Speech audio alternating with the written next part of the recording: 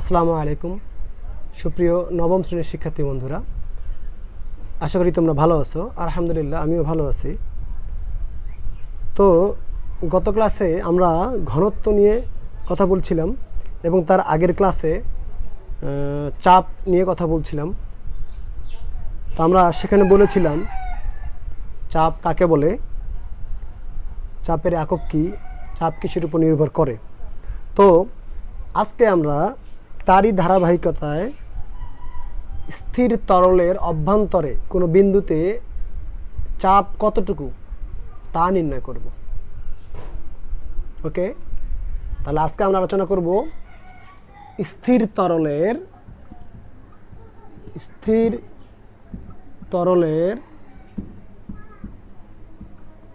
অভ্যন্তরে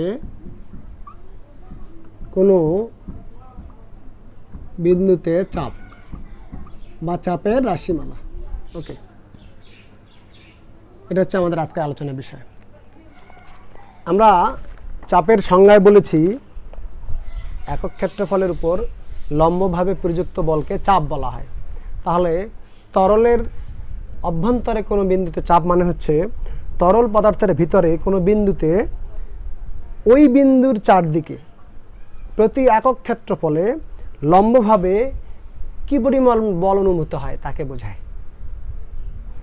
তরলের অভ্যন্তরে কোনো বিন্দুতে চাপ বলতে বোঝায় ওই বিন্দুর চারদিকে প্রতি একক ক্ষেত্রফলে লম্বভাবে কতটুকু বল অনুভব করা হয় সেটাকে চাপ বলে। আচ্ছা, আমরা মনে করি এরকম একটি পাত্র আছে। এই পাত্রটি তরলে পূর্ণ আছে। ওকে, তো এই পাত্রের অভ্যন্তরে এই তরলের অভ্যন্তরের কোনো বিন্দুতে চাপ নির্ণয় করতে হবে, সেটি আমরা বের করব। ওকে, মনে করি তরলের উপরিতল থেকে এইচ গভীরতায়, তরলের উপরিতল থেকে ধরে নিচ্ছি আমরা এইচ, এটা হচ্ছে এইচ, এবং এই এইচ গভীরতায় কোনো একটা বিন্দুতে চাপ নির্ণয় করতে হবে। তো এই জায়গায় আমরা একটা তল কল্পনা করি। এই বিন্দুতে আমরা একটা এই গভীরতা একটা তল কল্পনা করি যার ক্ষেত্রফল হচ্ছে এ। তাহলে এই গভীরতায় এইচ গভীরতায় আমরা একটা তল কল্পনা করি যার ক্ষেত্রফল হলো এ। ওকে,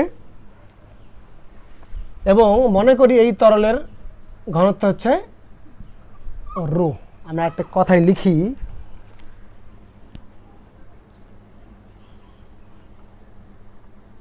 মনে করি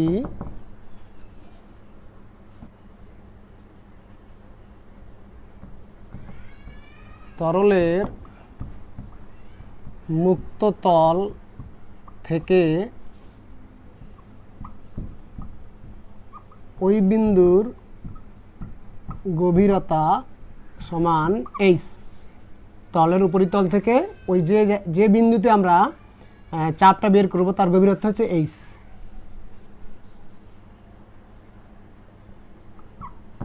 ওই বিন্দুতে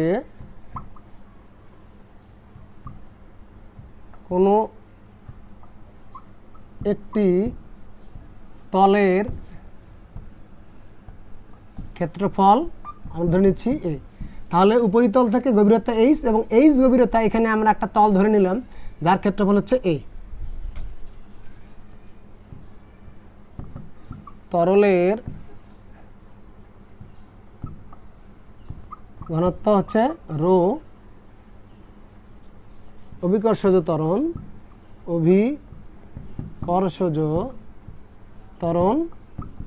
জি। তাহলে আমরা বলছি তরলের মুক্ত পৃষ্ঠ থেকে যে গভীরতা, যে বিন্দুতে আমরা চাপ নির্ণয় করব ওই বিন্দুর গভীরতা হচ্ছে এইচ, এবং এইচ গভীরতা আমরা একটা তল ধরে নিলাম যে তলটার ক্ষেত্রফল হচ্ছে এ, এবং এই তরলের গভীরতা হচ্ছে রো। আমরা জানি অভিকর্ষজ ত্বরণ জি। তাহলে আমরা জানি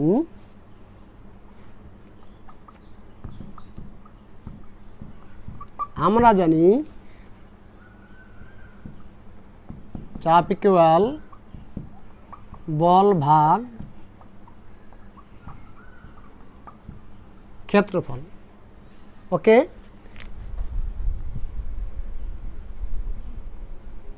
এখানে বল সমান তরলের ওজন। আমরা জানি বল মানে কি, বল হচ্ছে ওই তরলকে পৃথিবী যে বলে আকর্ষণ করে, যেটাকে আমরা বলছি ওজন, ওই তরলের ওজন। ওজন মানে কি? ওজন মানে হচ্ছে তরলের ভর, তরলের ভর গুণন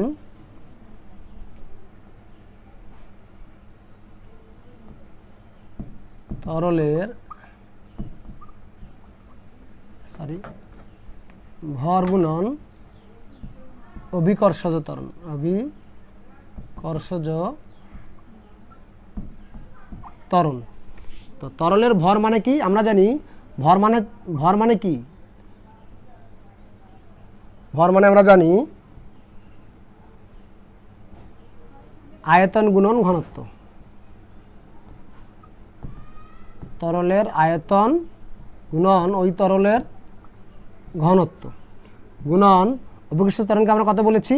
বলেছি হচ্ছে জি।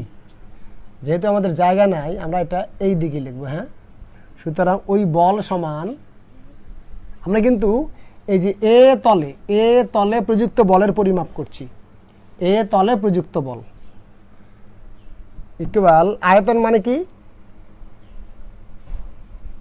আয়তন মানে হচ্ছে তরলের এই যে এই জায়গাটার, এটার আয়তন হচ্ছে তরলের উচ্চতা গুণন এর ক্ষেত্রফল। মানে এই উচ্চতা জুড়ে এই ক্ষেত্রফলে যে তরলটুকু আছে তার আয়তন কত। আমরা যদি এটাকে একটা সিলিন্ডারের মতো মনে করতাম, তাহলে কিন্তু সহজে বুঝতে আমাদের সুবিধা হতো। মনে করে এরকম ছিল, তাহলে এই তল জুড়ে এই জায়গাটা তরলের আয়তন কত? আয়তনটা হবে কি? ক্ষেত্রফল গুণন গভীরতা বা উচ্চতা, ক্ষেত্রফল গুণন উচ্চতা। তাহলে আয়তনটা কত হবে? ক্ষেত্রফল গুণন তরলের গভীরতা গুণন জি। তো ক্ষেত্রফল কত? এ বলা আছে এই ক্ষেত্রফলটা হচ্ছে কত? একটা জিনিস বাদ পড়ে গেল, গভীরতা গুণন ঘনত্ব, ঘনত্ব গুণন জি। তো ক্ষেত্রফলটা কত? ক্ষেত্রফল হচ্ছে এখানে বলা আছে এই স্থানে ক্ষেত্রফল হচ্ছে এ। তাহলে এ গুণন গভীরতা কত? গভীরতা হচ্ছে তরলের গভীরতা হচ্ছে এইচ গুণন তরলের ঘনত্ব কত? রো গুণন জি। সুতরাং এই স্থানে প্রযুক্ত বল অথবা তরলের ওজন আমরা যাই বলি, সেটি হচ্ছে এ এইচ রো জি।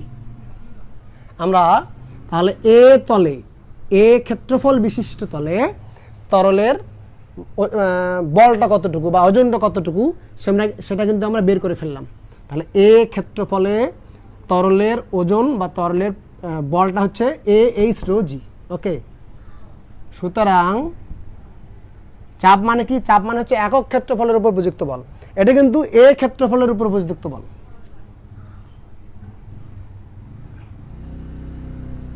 এটা আমরা লিখলে ভালো হয়।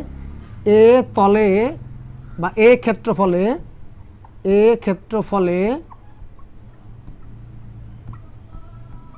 প্রযুক্ত বল হচ্ছে এ এইচ রো জি। সুতরাং চাপ ইকুয়াল, চাপ তাহলে কত হবে? বল ভাগ ক্ষেত্রফল। আমরা আগে লিখেছি চাপ সমান কি? বল ভাগ ক্ষেত্রফল। তো বলের পরিমাণটা কত? বলের পরিমাণটা আমরা দেখছি এখানে হচ্ছে A H rho G, A H rho G. এবং ক্ষেত্রফল কত? এ ক্ষেত্রফলে মানে ক্ষেত্রফল হচ্ছে এ। সুতরাং চাপ ইকুয়াল এ যদি চলে যায় এইচ রো জি। আমরা এই অংশটা আরেকবার একটু বলি। তো বলা হচ্ছে যে তরলের অভ্যন্তরে কোনো বিন্দুতে চাপ নির্ণয় করতে হবে। তো আমরা মনে করছি স্থির তরলের অভ্যন্তরে কোনো একটা জায়গা আছে, এই জায়গায় এ ক্ষেত্রফল জুড়ে একটা তল আছে, এ ক্ষেত্রফল বিশিষ্ট একটা তল আছে, ওই তলের কোনো বিন্দুতে চাপ বের করতে হবে। তো আমরা ধরে নিচ্ছি তরলের উপরিতল থেকে ওই তলের বা ওই বিন্দুর গভীরতা হচ্ছে এইচ এবং তরলের ঘনত্ব হলো রো। আমরা সেটা লিখেছি, তরলের মুক্ত তল থেকে ওই বিন্দুর গভীরতা হলো এইচ, যে বিন্দুতে আমরা চাপটা বের করব। ওই বিন্দুতে কোনো একটি তলের ক্ষেত্রফল হচ্ছে এ, যে তলটা ধরে নিচ্ছি আমরা, এবং তরলের ঘনত্ব হচ্ছে রো। আর অভিকর্ষজ ত্বরণ জি, আমরা আগে থেকে এটা জি বলেছি। তা আমরা জানি চাপ সমান বল ভাগ ক্ষেত্রফল। বল মানে কি? বলটা হচ্ছে ওই ক্ষেত্রফল জুড়ে তরলের ওজন কত, ওই ক্ষেত্রফলে তরলের ওজনটা কত। ওজন আমরা কীভাবে বের করব? বল হচ্ছে, এখানে বলটা হচ্ছে তরলের ওজন, তার মানে তরলের ভর গুণন অভিকর্ষজ ত্বরণ। ওজন মানে আমরা জানি, ওজন মানে কি? ওজন মানে হচ্ছে ডাব্লিউ, আর ডাব্লিউ মানে কি? M G. এম মানে হচ্ছে ভর। তাহলে এই স্থান জুড়ে তরলের ভর কত? গুণন অভিকর্ষজ ত্বরণ, গুণন অভিকর্ষজ ত্বরণ। ওকে, তাহলে তরলের ভর মানে কি? ভর মানে হচ্ছে আয়তন গুণন ঘনত্ব। এটা কোথা থেকে আসলো? আমরা জানি আয়তন সমান, অথবা আমরা ঘনত্বের আগে পড়েছি, এর আগের ক্লাসে পড়েছি, ঘনত্ব রো ইকুয়াল কি? ভর ভাগ আয়তন। ওকে, তাহলে ভর কত হবে? সুতরাং এম এর মান কত হবে? এম এর মান হবে আয়তন গুণন ঘনত্ব। এই যে, তাহলে ভর কি? ভর হচ্ছে আয়তন গুণন ঘনত্ব। এই যে ভর মানে আয়তন গুণন ঘনত্ব, গুণন অভিকর্ষজ ত্বরণ, যেটাকে আমরা জি বলেছি। জি। এখন আয়তন কাকে বলে? আয়তন হচ্ছে ক্ষেত্রফল গুণন গভীরতা। এই তরলের এই স্থানের ক্ষেত্রফল, যে স্থানটাকে ধরে আমরা পরিমাপ করছি, এর ক্ষেত্রফল, আর এই মুক্ত তল থেকে গভীরতা হচ্ছে এইচ। সুতরাং আয়তন হবে ক্ষেত্রফল গুণন গভীরতা এইচ। তাহলে তরলের আয়তন হচ্ছে ক্ষেত্রফল গুণন গভীরতা গুণন এই যে ঘনত্ব গুণন জি। তাহলে ক্ষেত্রফল হচ্ছে, এই অঞ্চলের ক্ষেত্রফল হচ্ছে এ, এইটা হচ্ছে গভীরতা, এটা হচ্ছে এইচ, এটা হলো তরলের ঘনত্ব, এটা হচ্ছে রো এবং G. A H rho G. A H rho G হচ্ছে এই যে ক্ষেত্রফলে প্রযুক্ত বলের পরিমাণ, ক্ষেত্রফলে প্রযুক্ত বল। তাহলে আমরা জানি চাপ মানে কি? একক ক্ষেত্রফলে প্রযুক্ত বলকে চাপ বলা হয়। সুতরাং চাপ হলো এই যে বল ভাগ ক্ষেত্রফল। আমরা আগে লিখেছি এটা, বল ভাগ ক্ষেত্রফল। চাপ কাকে বলে যেদিন পড়েছি সেদিনও এটা বলেছি। তো চাপ ইকুয়াল বল ভাগ ক্ষেত্রফল। বল হচ্ছে এইচ রো জি ভাগ ক্ষেত্রফল এ চলে গেল, থাকলো কি? এইচ রো জি। এই হচ্ছে চাপ। আমরা এটা একটু সুন্দর করে উপরে লিখে দেই। সুতরাং চাপ হচ্ছে স্থির তরলের অভ্যন্তরে কোন বিন্দুতে চাপ যদি পি হয়, চাপ পি ইকুয়াল এইচ রো জি। এটা রো, এটা পি। সুতরাং চাপ পি ইকুয়াল এইচ রো জি। তরলের অভ্যন্তরে কোন বিন্দুতে চাপের পরিমাণ এইচ রো জি। আমরা মনে হয় এটা বুঝে গেছি। তো এইটা ব্যবহার করে তরলের অভ্যন্তরে কোনো বিন্দুতে চাপ নির্ণয় করা যাবে সহজেই নির্ণয় করা যাবে। আমরা এটা মিশিয়ে দিচ্ছি। ওকে, তাহলে এই সমীকরণ ব্যবহার করে যে কোনো তরলের অভ্যন্তরের কোনো বিন্দুতে চাপ আমরা বের করতে পারবো, যদি গভীরতা জানি, যদি ওই তরলের ঘনত্ব জানি, এবং যদি অভিকর্ষজ ত্বরণের মান জানি। এটা আমরা জানি, এটা এভারেজ আমরা বলি 9.8। এখন এই চাপটা কার উপর নির্ভর করে? আমরা দেখছি চাপ পি ইকুয়াল এইচ রো জি, অর্থাৎ এই চাপ তিনটি রাশির উপর নির্ভর করে। একটা হচ্ছে তরলের গভীরতা, দ্বিতীয় হচ্ছে ওই তরলের ঘনত্ব, এবং এরপর হচ্ছে অভিকর্ষজ ত্বরণ জি। তাহলে এই চাপ তিনটি জিনিসের উপর নির্ভর করে, এইচ, রো এবং জি এর উপরে। এখন আমরা জানি কোনো একটা স্থানে জি এর মান কিন্তু নির্দিষ্ট,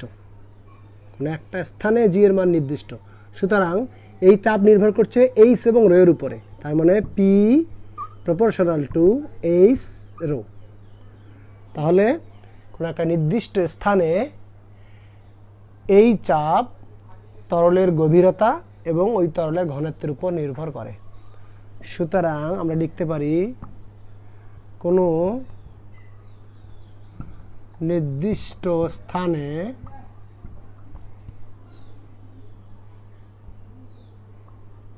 তরলের অভ্যন্তরে কোনো বিন্দুতে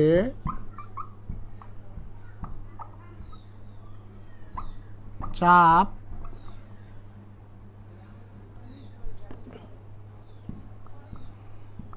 ওই বিন্দুর গভীরতা ও তরলের ঘনত্বের গুণফলের সমানুপাতিক।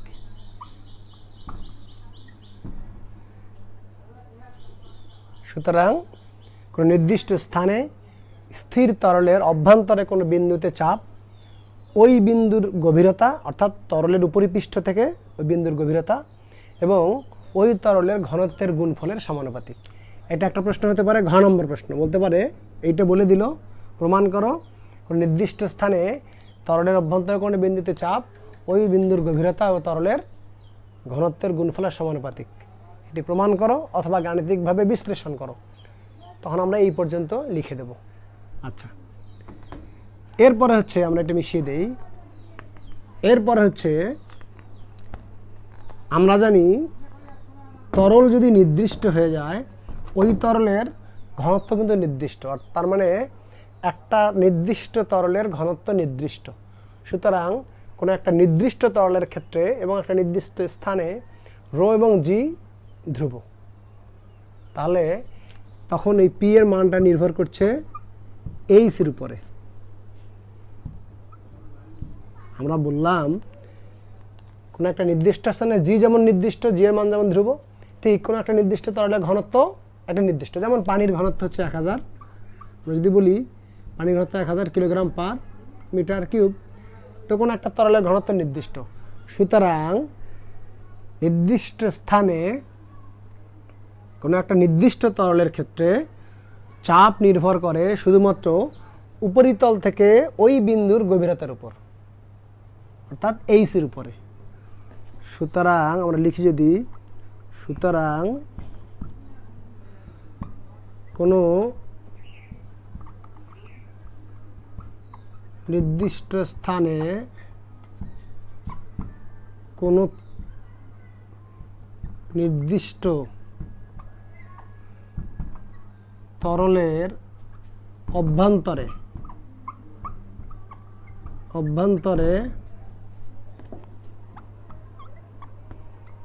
কোনো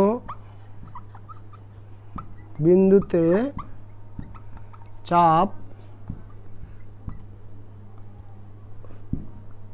ওই বিন্দুর গভীরতার সমানুপাতিক।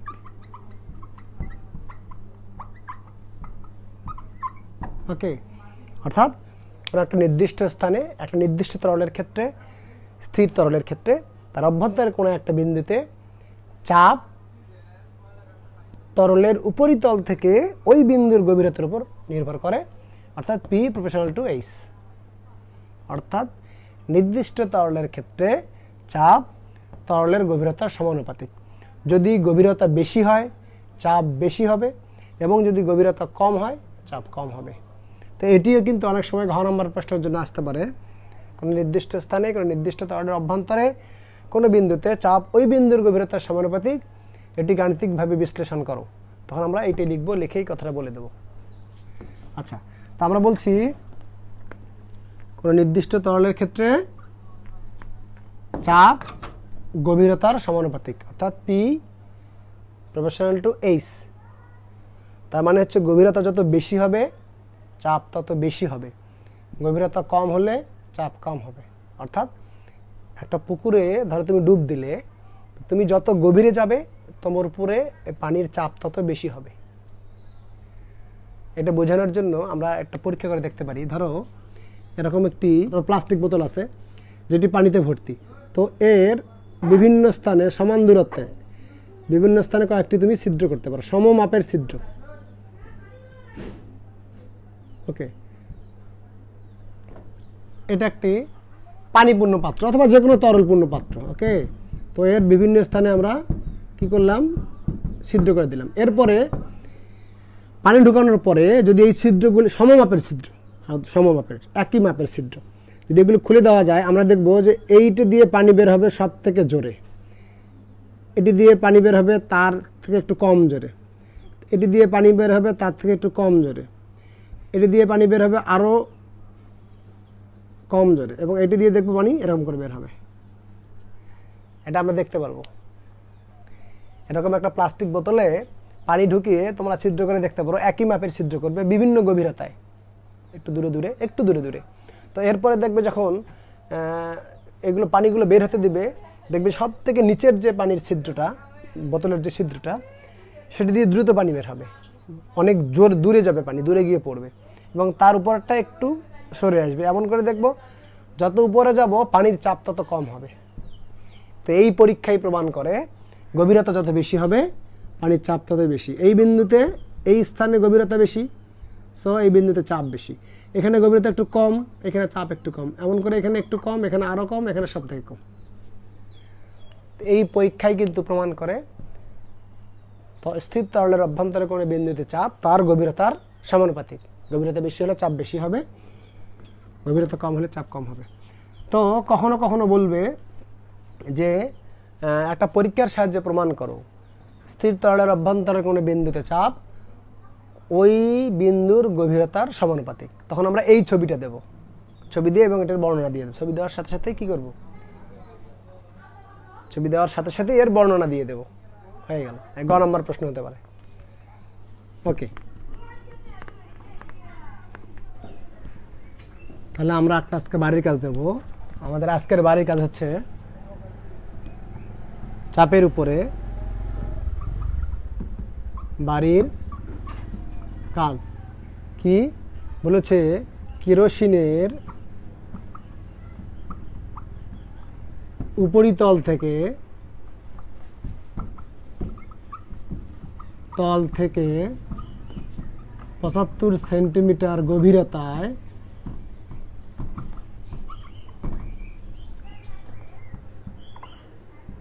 কোনো বিন্দুতে চাপ নির্ণয় করো। তো এখানে নোট একটা আছে, এখানে আমরা দিলাম কেরোসিনের ঘনত্ব 800 কিলোগ্রাম পার মিটার কিউব। ওকে, কেরোসিনের উপরিতল থেকে 75 সেন্টিমিটার গভীরতায় কোনো বিন্দুতে চাপ নির্ণয় করো যখন কেরোসিনের ঘনত্ব হচ্ছে 800 কিলোগ্রাম পার মিটার কিউব। তোমরা একটা সমাধান করবে, চাপের যে সমীকরণটা আছে সেটা থেকেই সমাধান করতে পারবে। তো তোমরা ভালো থাকবে। আমরা আগামী দিন এই চাপ নিয়ে আরও কিছু কথা বলবো। আবার তোমাদের সাথে আগামীতে কোনো ক্লাসে দেখা হবে ইনশাল্লাহ। আসসালামু আলাইকুম ওয়া রাহমাতুল্লাহি ওয়া বারাকাতুহু।